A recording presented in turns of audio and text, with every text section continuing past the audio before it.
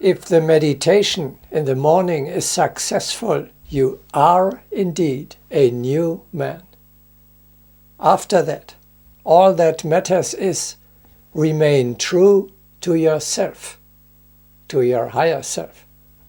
Defend and assert this high position in the midst of earthly life, despite all hardships, attacks, and difficulties.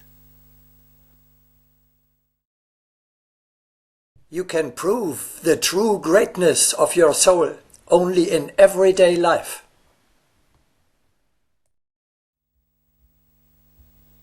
Is your spiritual strength, your psychic energy sufficient to ensure the survival of the work of art which you created?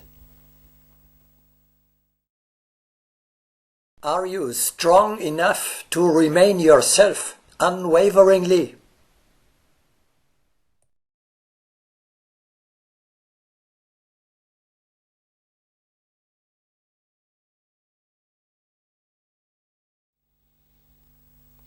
All the rules of spiritual discipline serve one purpose only: to keep the vibration you raised in the morning high, also throughout the day. The new man is engaged at every moment in the spiritual exercise of keeping the avatar of his eternal individuality alive.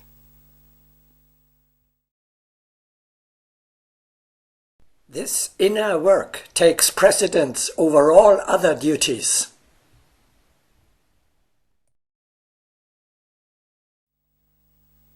The external conditions are indifferent. The higher stage you have reached, your position as a spirit man, must not depend on how circumstances develop or how other people treat you.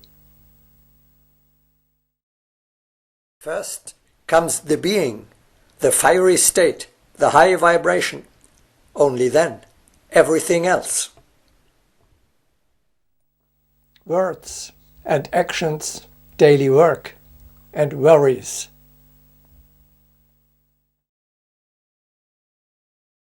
It is not what we do that counts in the great sum. It is what we are.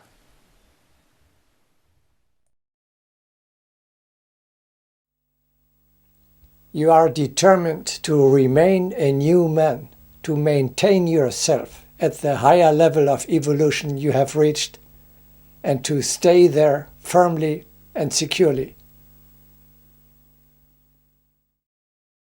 As a biped, after its elevation, continuously falls back into the four-legged state and has to learn to walk permanently on two legs. As a baby, practicing walking has nothing more important to do than to stay on its feet. So the man of spirit must train to preserve the fragile structure of his body of light.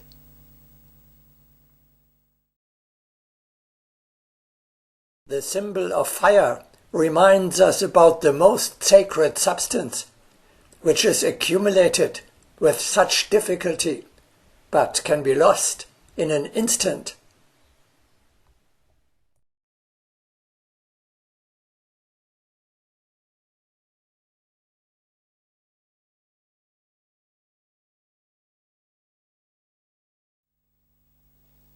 The worst thing that can happen to you during the day is not misfortune, failure, hardship, or suffering.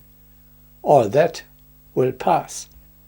A real disaster occurs if you retransform from a great, beautiful, and strong creature to a small, ugly, and weak one. If you fall down the ladder of hierarchy on which you have climbed so high already. When the butterfly reverts to the level of the caterpillar, the giant to that of a dwarf, or the state of aggregation of fieriness, of steam to that of carnality, of ice. Like Satan, Lucifer, who had already reached the level of an angel and nevertheless fell down.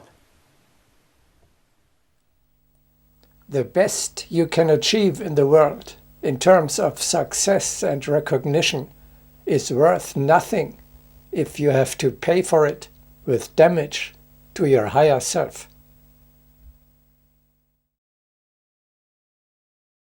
For what is a man profited if he shall gain the whole world and lose his own soul?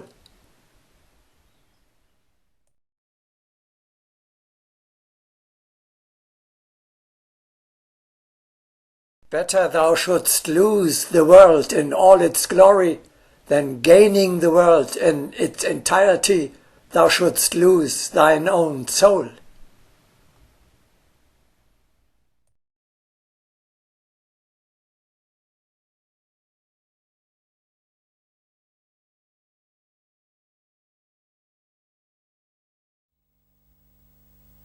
We had just said, you acquire the qualities of a spirit being, such as invulnerability, strength, joy, light and love, by taking a certain position with regard to the events of the external world. The defense of the new man in earthly life therefore takes place like this.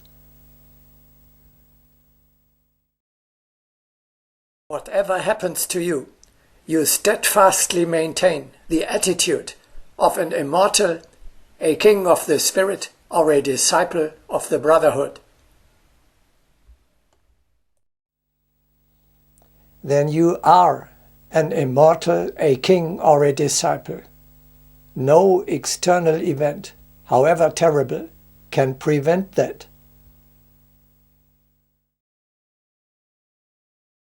Only you can make yourself small by giving up your superior position.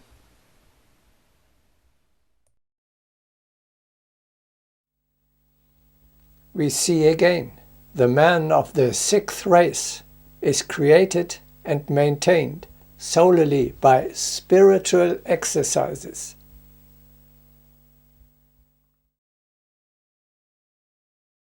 The new ones are those who are strong in spirit.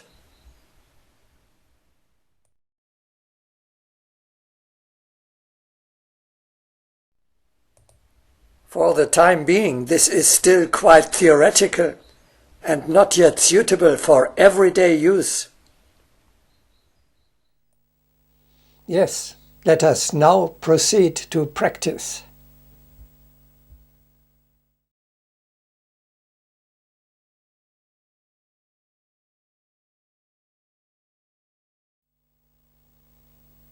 In everyday life there are many attacks against the greatness, beauty and strength of your eternal individuality. In case of such an assault as well, it all comes down to the proper attitude. Now the motto is: do not give in, do not despair, but take up the fight. Your goal is: you do not let yourself be dragged down by anyone or anything, not by repugnant circumstances, and not by the many hands that greedily grab at you. The first, most important, and usually neglected step in defending the man of the future is: do not immediately burst out with a hasty reaction in feelings, thoughts, words or deeds, but first become aware.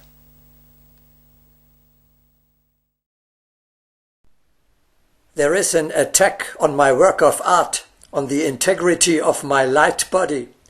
I am in danger of losing my high vibration, the ideal state of my soul, my nirvana, the fiery condition.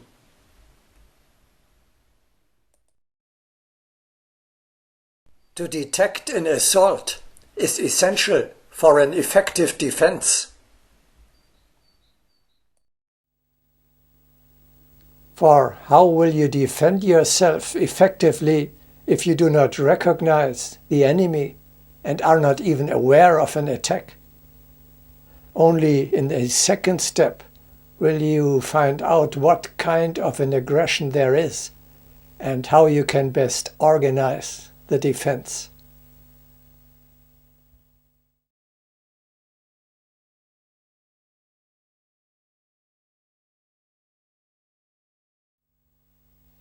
Here are some practical examples from everyday life. First example. No sooner have you left the meditation room than trouble is arising. Your partner has neglected to set the breakfast table, or the children refuse to brush their teeth.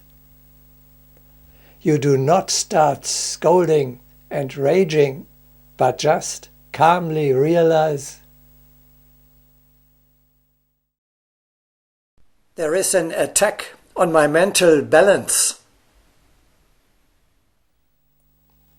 It is most important that you actually express that, at least inwardly, in spirit. I am on the verge of getting angry and already losing the high vibration achieved in meditation. Only then comes the defense into play. If you are well acquainted with the books of Agni Yoga, the keyword irritation immediately brings this teaching to mind. The misbehavior of other people is no reason to give room to a spiritual poison and to give up your inner balance. Second example, technology or other people do not do what they are supposed to do. They do not perform their task reliably, not completely, not in time, or not at all. They cannot or do not want to understand what you are explaining to them. They, or the circumstances, stand in your way and prevent the realization of your plans. Or your own body functions not or not well because of illness, old age, or weakness. You realize there is an attack, there is an obstacle in my way. Only then comes the defense. If you are well acquainted with Agni Yoga, the keyword obstacles will immediately remind you of this teaching. You should joyfully welcome difficulties as opportunities for spiritual ascent. Third example, someone hurts you out of ignorance, impudence, laziness, or cruelty. You discover, I am being assailed. I feel hurt, offended, insulted, or belittled. Only then will you consider the defense. When being hurt, an Agni Yogi thinks, I am a soul and not affected by such filth at all. This is an eminently practical exercise that you can and must perform several times a day in order to prevent being wounded. Fourth example, you feel a craving for alcohol, meat, cigarettes, or sweets. You perceive there is an assault. My transient personality is harassing me. Only then comes the defense. At the keyword narcotics, you realize my soul does not want such poison. Fifth example, a stroke of fate, misfortune, or another catastrophe befalls you. You remark, "I am being attacked. The circumstances of life are terrible." Only then you think of defense. Calamity means for you there are karmic debts to be discharged. You should be grateful for such an opportunity. Sixth and last example.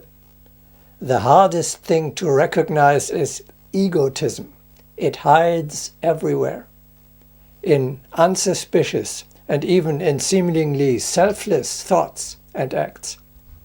Not only when a child takes away another's toy, or a nation another's land, but also when you do not want to share, as well as in every desire directed not to the common good, but to personal advantage.